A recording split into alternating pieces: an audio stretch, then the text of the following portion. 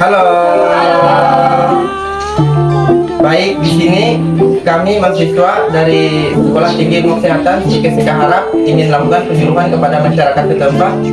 Dan sebelum kami melakukan penyuluhan, kami akan melakukan perkenalan diri terlebih dahulu, dimulai dari teman kami yang ada di sebelah kiri. Saya Geri Parani, saya Spira Tawina, saya Nuta Cepriti, saya Suni Purnama, Dan saya sendiri Magnu. saya Tata Supriyani, saya Miranda, saya Mahasiswa Setiawan, saya Adelia Suditri. Baik, di sini kami akan melakukan penyuluhan pencegahan virus rabies. Mari kita sama-sama wujudkan Indonesia bebas dari virus rabies. Cintai dan sayangi keluargamu dengan memberantas dan mencegah virus rabies dalam kehidupan kita. Baik, selanjutnya kita akan masuk ke pemaparan materi, yaitu tempatnya di Balai Desa. Assalamualaikum warahmatullahi wabarakatuh. Selamat pagi, perkenalkan saya Adelia Suditri yang akan menjadi moderator pada acara penyuluhan kita pada pagi hari ini. Acara ini akan berlangsung selama 45 menit dengan tujuan dari acara penyuluhan kita pada pagi hari ini adalah agar masyarakat mengetahui bahaya-bahaya dari penyakit rabies. Acara yang pertama yaitu pemaparan materi, yang kedua adalah sesi tanya jawab, dan yang terakhir adalah acara penutup dengan penyimpulan dari semua materi kita. Baik, langsung saja di acara pertama yaitu pemaparan materi yang akan disampaikan oleh teman saya yaitu Matnur. Kepada pemaparan materi dipersilakan. Baik, seperti yang disebutkan oleh moderator tadi, di sini kita akan melakukan penyuluhan tentang pengertian rabies. Rabies adalah infeksi virus akut yang menyerang sistem saraf pusat manusia dan mamalia. Penyakit ini sangat ditakuti karena prognosisnya sangat buruk. Rabies yaitu penyakit zoonosis yang disebabkan oleh virus RNA dari genus Lyssavirus, famili Rhabdoviridae. Virus berbentuk seperti peluru yang bersifat neurotropis, menular dan sangat ganas.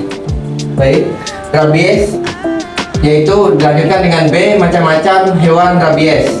Rabies adalah penyakit zoonosis di mana manusia terinfeksi melalui jilatan atau gigitan hewan yang terjangkit rabies seperti anjing, kucing, kera, musang, serigala, rakun, dan kelelawar. Baik, yaitu cara penularan rabies di sini ya. Ada beberapa cara, yaitu cara penularan virus rabies pada hewan berbeda dengan cara penularan pada manusia. Pada hewan terjadi melalui gigitan hewan yang menderita rabies ke hewan sehat dengan cara penularannya dan dibagi menjadi dua, yaitu yang pertama dari hewan ke manusia melalui gigitan hewan yang air liurnya mengandung virus rabies, dan yang kedua di sini yaitu adalah gigitan melalui jilatan hewan yang mengandung virus rabies pada luka, selaput lendir yang utuh, selaput lendir mulut, selaput lendir anus, selaput lendir alat kelamin eksterna, dan melalui inhalasi udara atau jarang terjadi. Dan dilanjutkan dengan penyebab rabies. Virus rabies terdapat dalam air liur hewan yang terinfeksi. Hewan ini menularkan infeksi kepada hewan lainnya atau manusia melalui gigitan dan kandang melalui jilatan. Virus akan masuk melalui saraf-saraf menuju ke medula spinalis dan otak, di mana mereka berkembang biak, dan selanjutnya virus akan berpindah lagi melalui saraf ke kelenjar liur dan masuk ke dalam air liur. Banyak hewan yang bias menularkan rabies kepada manusia. Yaitu tanda dan gejala rabies pada hewan. Yaitu di sini adalah gejala hewan berpenyakit rabies ada 3, yaitu rabies ganas, rabies tenang, dan rabies asimptomatis. Dan F, tanda dan gejala rabies pada manusia. Pada stadium permulaan, yang pertama yaitu rabies manusia sulit diketahui. Itu perlu diperhatikan adalah adanya riwayat gigitan hewan penular rabies, dan yang kedua yaitu bisanya didahului dengan sakit kepala, lesu, mual, nafsu makan menurun, gugup, dan nyeri pada luka bekas gigit. Stadium lebih lanjut yaitu 1, kepekaan terhadap sinar, suara, dan angin kencang, air liur dan air mata keluar secara berlebihan.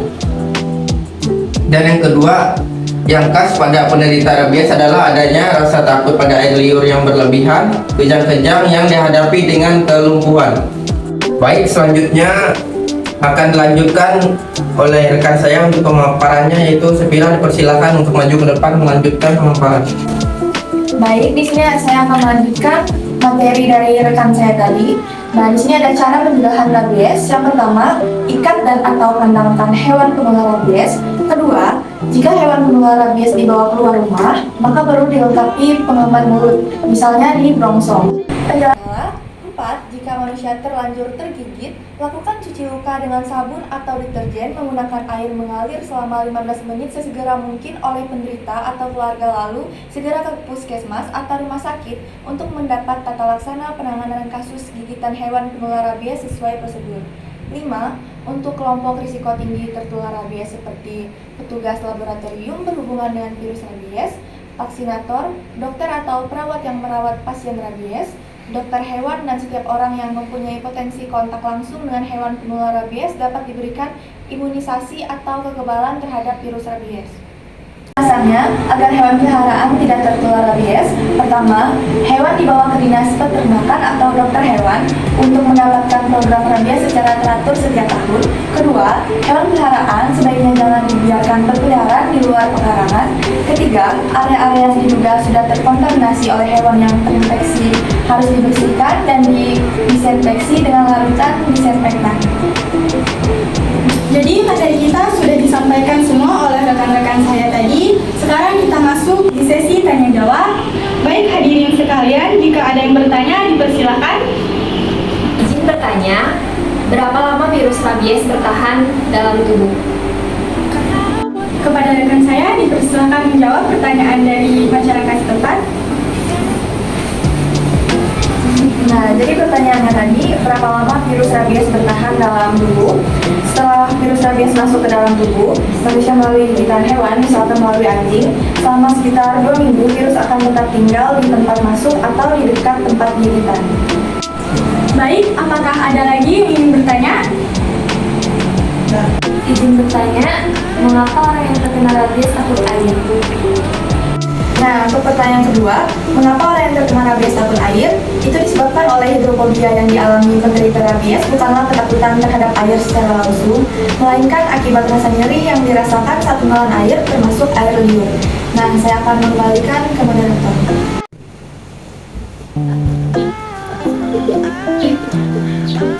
Jadi kesimpulan yang telah rekan-rekan saya sampaikan adalah rabies adalah penyakit infeksi virus yang menyerang sistem saraf pusat pada mamalia dan dapat menyebabkan kematian virus rabies termasuk dalam famili Rhabdovirida dan genus Risavirus. Virus ini ditularkan melalui gigitan, selaput lendir, atau luka terbuka yang terkena air liur hewan yang terinfeksi. Hewan yang paling sering menjadi sumber penularan rabies adalah anjing, kucing, dan kelelawar. Gejala rabies pada manusia berkembang secara bertahap, dimulai dengan gejala awal yang mirip flu seperti demam, sakit kepala, mual, dan lemas-lemas.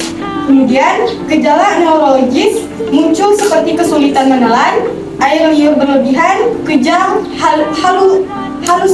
halusinasi, agresivitas, dan paralisis. Rabies dapat dicegah dengan vaksinasi baik pada hewan maupun manusia. Jika tergigit oleh hewan yang dicurigai terinfeksi rabies, segera cuci luka dengan sabun dan air mengalir selama 15 menit dan periksakan ke dokter untuk mendapatkan suntikan anti rabies.